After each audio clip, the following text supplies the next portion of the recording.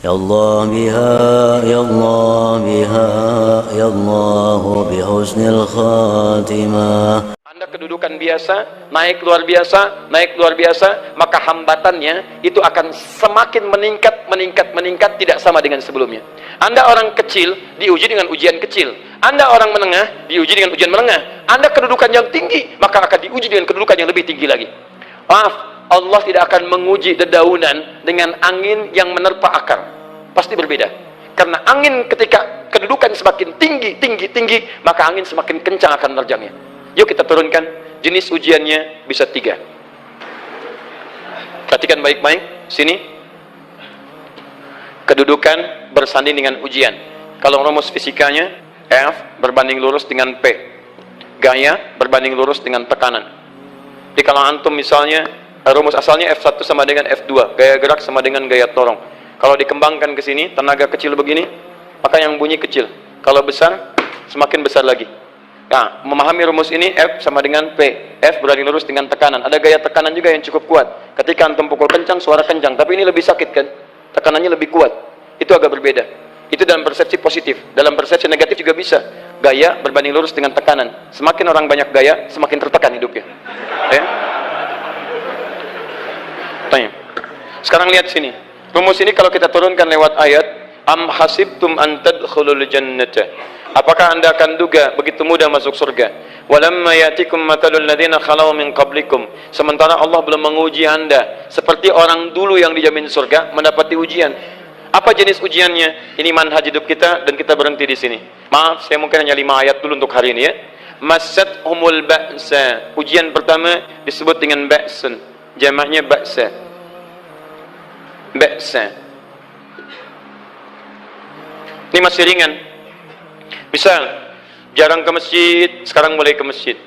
Begitu antum ke masjid, Allah kasih ujian sesuai dengan kadar niat antum. Kasih hujan gerimis. Ke masjid gak? Itu ba'sun.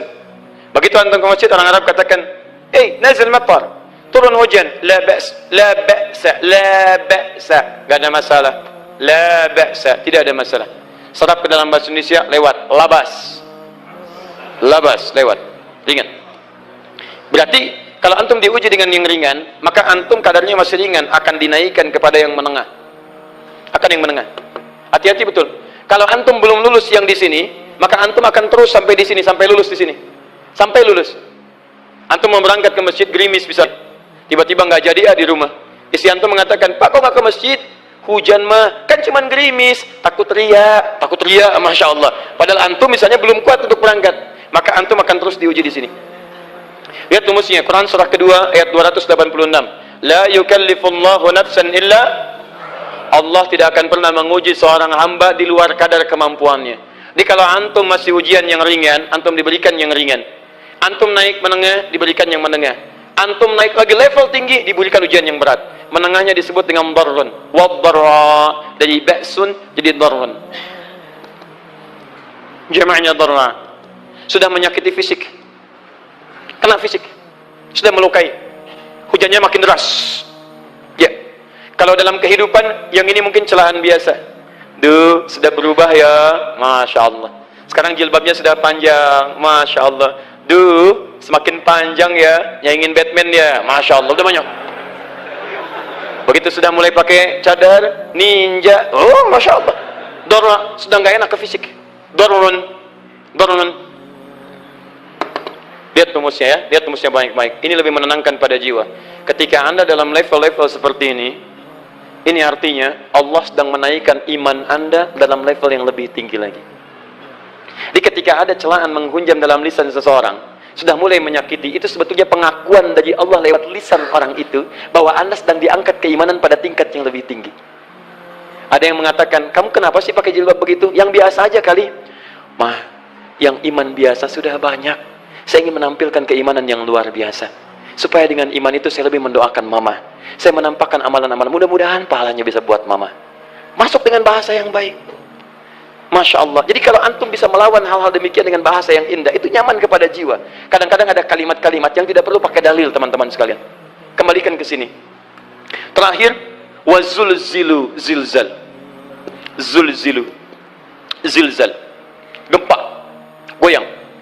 Dia ada ujian yang bisa menggoyangkan diri kita, membuat gempa hati kita. Antum sudah nggak kuat, kadang-kadang di jalan sempoyongan, padahal nggak ada gempa di luar, cuman hati kita kayak kena goncangan. Diserang sana, serang sini, nggak bisa tidur, nggak bisa makan, tawarin ini susah, itu susah. Wazulzilu. Bahkan hatta yaqula Rasulullah walladzina amanu ma'ahu mata nasrullah. Sampai-sampai Rasul SAW, bahkan orang-orang beriman, bahkan yang setelahnya bisa mengatakan, kapan ini berakhir? Akan tiba masa Anda mengalami satu situasi sampai Anda mengatakan, kapan berakhirnya yang seperti ini? Serang, serang, serang. Perhatikan, jika Anda berada pada level ini, saya ucapkan selamat kepada Anda, karena Anda akan diangkat pada kedudukan yang tertinggi di antara sekian ujian yang ada. Zuzan. Artinya Allah akan naikkan Anda pada derajat yang tinggi. Karena hukum ujian tadi, la yukallifullahu nafsan illa wus'aha. Allah nggak akan menguji seorang hamba di luar batas kemampuannya. Jadi kalau Anda sudah dipandang oleh Allah siap menerima yang ini, maka Anda akan diberikan zilzal. Kalau Anda nggak mampu, Anda hanya akan diberikan darra atau ba'sun. Dimohon maaf, kalau di antara jamaah yang hadir saat ini, Anda merasa sedang punya masalah yang berat, membuat hati Anda goyah, saya ucapkan pada Anda, dari sekian hamba Allah yang ada di muka bumi, cuman Anda yang diberikan itu. Artinya Allah akan mengangkat derajat Anda. Ayo bahagia. Dan yakinlah, bukan orang lain yang dititipkan, Anda yang diberikan. Allah percaya pada Anda, kenapa Anda tidak yakin? Bukan orang lain. Jadi mustahil Allah memberikan ujian berat kalau Anda nggak sanggup. Karena cuma Anda yang sanggup, Anda yang dikasih. Makanya jangan mengeluh. Jangan katakan, ya Allah, kenapa saya, ya Allah? Why me? Kata Allah, why not? Kamu yang bisa.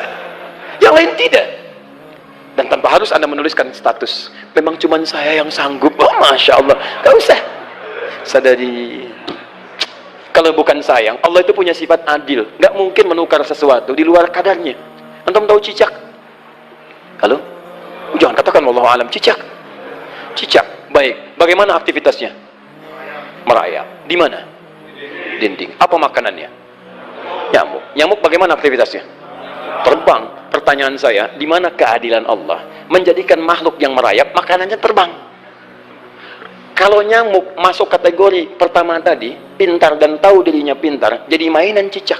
Cicak, ayo tangkap. Cicaknya cuma merayap, dianya terbang. Beruntungnya nggak ada nyamuk yang jenius. Tapi yang paling hebat, perhatikan bagaimana lisan orang tua kita menanamkan kalimat-kalimat untuk menanamkan tauhidullah subhanahu wa ta'ala. Cicak, cicak, diam, diam, merayap. Perhatikan, yang Allah tuntut pada cicak, merayap kamu. Walaupun cuma diam-diam. Lihat baik-baik, diam-diam, merayap. Datang seekor, Masya Allah, ketika dia merayap, nyamuk datang. Lihat, bukan cicak mendatangi nyamuk, tapi nyamuk mendatangi cicak. Kalau cicak tidak merayap, mustahil nyamuknya datang. Allah hanya tunjukkan kamu merayap ya, nyamuk datang. Sekalipun dia merayap cuman diam-diam, nyamuknya datang. Jadi hukum Allah itu kalau dipatuhi, nikmat kehidupan. Cicak gak merayap, nyamuk gak datang. Cicak merayap, nyamuk datang. Datang seekor nyamuk. Setelah itu, silahkan.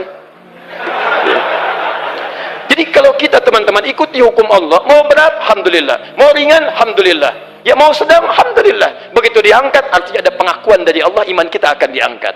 Cuman, bahasa Nabi Ya'qub alaihissalam kepada Yusuf alaihissalam, mesti ada persiapan dalam mengatasi itu semua. Tidak cukup hanya mendiamkan saja. Maka kata Nabi Ya'qub, jangan kisahkan dulu. Bikin dulu pemetaan-pemetaan untuk mudah mengatasi itu semua. Ini poinnya. Anda harus punya rencana. Maka Nabi Ya'qub menyiapkan, bekali dulu ini, siapkan itu. Kalau ambil ke aspek teori untuk kita sekarang, tafsir dari ini untuk menyelesaikan solusi di Quran surah kedua ayat 214 tadi, maka jawabannya ada di Quran surah ketiga ayat 142, paling kiri sebelah atas. Ini kanan sebelah bawah, ini kiri sebelah atas. Dan awal ayatnya dibuka dengan kalimat yang sama. Perhatikan, Al-Baqarah ayat 214 kalimatnya menggunakan am hasibtum an tadkhulul jannah. Ali Imran 142 am hasibtum an tadkhulul jannah. Yang Al-Baqarah itu ujiannya, walamma ya'tikum mathalul ladzina khalau min qablikum masathumul ba'sa wad-dharra wazulzilu. Yang Ali Imran itu solusinya. Am hasibtum an tadkhulul jannata walamma ya'lamillahu alladzina jahadu minkum wa ya'lamas sabirin. Saya tutup sampai sini dulu. Teman-teman perhatikan, walamma, sedangkan Allah ya'lamillahu alladzina jahadu minkum, belum melihat kesungguhan Anda. untuk mengatasi berbagai persoalan kehidupan itu. Kalimat jahadu, akar katanya dari kata al-juhdu. Serius, sungguh-sungguh. Jadi kalau persoalan Anda ingin segera selesai, Anda mesti serius. Hei yang sedang kuliah, kalau mau cepat selesai kuliahnya, serius belajarnya. Pahami dengan baik. Kalau Anda nggak pernah serius, bagaimana bisa menyelesaikan pelajaran dengan baik? Hei yang sedang berumah tangga, kalau ingin baik rumah tangganya, serius dalam berumah tangga. Keluarkan hukum-hukum Allah, terapkan dalam kehidupan rumah tangga. Anda akan mendapatkan manfaatnya. Hei yang sedang berbisnis, serius dengan pekerjaan. Karena hanya orang serius yang bisa menghasilkan kekayaan-kekayaan yang terbaik. Serius dalam ibadah, karena ibadah melahirkan keberkahan dengan kekayaan yang Anda dapatkan dari titipan Allah Subhanahu wa taala. Ayo serius. Al-juhdu dibagi 3 bagian. 1, serius dalam merencanakan, disebut ijtihad namanya. Bikin rencana. Misal, maaf, tadi dalam keluarga, kalau diambil kedudukan Yusuf alaihissalam, antum tempatkan itu pada porsi pertama sebagai target. Misal, Yusuf diberikan kedudukan oleh Allah. Bagaimana anak saya punya kedudukan walaupun tidak sama dengan Yusuf alaihissalam? Cari, rencanakan, buat pemetaan. Di masa depan anak saya mesti punya kedudukan. Apa? Kalau dalam kedokteran, kedudukan dokter yang terbaik. Kalau dalam bisnis, pengusaha yang terbaik. Misal, kalau dalam pemerintahan, jangan tanggung-tanggung, jadi presiden, jadi itu. Anda turunkan kemudian pendidikannya dari situ. Ijtihad direncanakan. Masuknya lewat sini, lewat sini, lewat sini, lewat sini. Seperti kemudian, maaf, Hannah dengan Imran rahimahumullah merencanakan hasil yang terbaik untuk Maryam, bahkan sejak dalam kandungan. Quran surah ketiga Ali Imran dari ayat 35 sampai 37, paling kiri pertengahan sampai bawah. Idh qalat imra'atu Imran rabbi inni nazartu, bahkan nazar. Nazartu ma fi batni muharrara, saya bernazar anak saya yang lahir ini akan punya kedudukan dekat dengan Allah Subhanahu wa taala. Di sejak bayi direncanakan. Mau jadi apa? Setelah itu apa? Jihad. Jihad itu kesungguhan dalam mempraktekkan, mengaktualisasikan konsep yang sudah dibuat. Jangan sampai cuma berdoa, tapi doanya tidak disandingkan dengan ikhtiar, nggak nyambung. Makanya ketika lahir ada jihad, jihad dengan doa. Falamma wada'at faqalat rabbi inni wada'tuha untha, ayat 36-nya. Wallahu a'lamu bima wada'at wa laysa dzakaru kal untha. Lihat, wa inni sammaituha Maryam wa inni u'idzuha bika wa dzurriyyataha minasyaitonir rajim. Doa. Setelah berdoa apa? Teruskan. Bagian akhirnya ayat 37-nya. Maaf teman-teman, tidak cukup dengan doa. Karena Maryam masih dekat dengan Allah, punya kedudukan, dia mesti dirawat oleh orang yang paling soleh. Cari Nabi Zakaria, orang soleh. Mesti merawat. Tempatnya mesti netral dari keburukan, bikin mihrab. Jadi tempat dibuatkan, orang soleh merawat, doa dipanjatkan, doa berbanding lurus dengan ikhtiar. Apa yang terjadi? Ayat 37-nya. Fataqabbalaha rabbuha biqabulin hasanin wa ambataha nabatan hasana. Maka Allah Subhanahu wa taala menerima usaha orang tua ini. Doanya diterima, ikhtiarnya diterima. Jadi kalau antum mengambil ayat tadi, diterapkan dalam kehidupan, rencanakan teman-teman sekalian.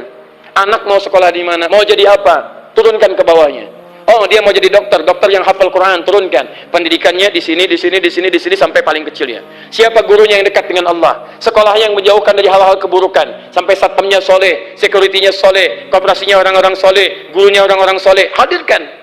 Kalau ikhtiarnya sudah nyambung dengan doa, maka fataqabbalallah, qabbalallah. Taqabbalaha rabbuha. Diterima Maryam, antum diterima. Jadi kadang-kadang yang nggak nyambung nih begini, doanya nggak nyambung dengan ikhtiar, itu masalahnya. Ya Allah, mohon ya Rabb, jadikan anak saya rajin sholat, hafal Al-Quran, tapi ditempatkan di sekolah yang tidak pernah mengajarkan sholat, tidak nyambung. Ditempatkan di tempat yang tidak pernah mengajarkan Quran, tidak nyambung. Nggak ada kesamaan di situ. Maka Nabi Ya'qub alaihissalam memberikan gambaran kepada anaknya, nah, kamu akan punya kedudukan begini, hati-hati, setiap ada kedudukan akan ada rintangan, kamu harus punya rencana untuk merencanakan solusi-solusi terbaik untuk itu. Kemudian yang terakhir, ini yang paling hebat, mujahadah, perjuangan melawan emosi. Karena tidak sedikit tantangan itu, maaf, yang berat itu bukan menghadapi fisiknya, tapi menghadapi diri kita sendiri. Mau ke masjid, malas, itu yang susah dihadapi dibandingkan dengan hujan. Hujan ada payung, malas mau pakai apa? Maaf, menurun, semangat turun, malas datang, kecewa datang, pesimis datang, lawan, namanya mujahadah. Gabungkan ketiganya, isi dengan sabar. Wa ya'lamus sabirin.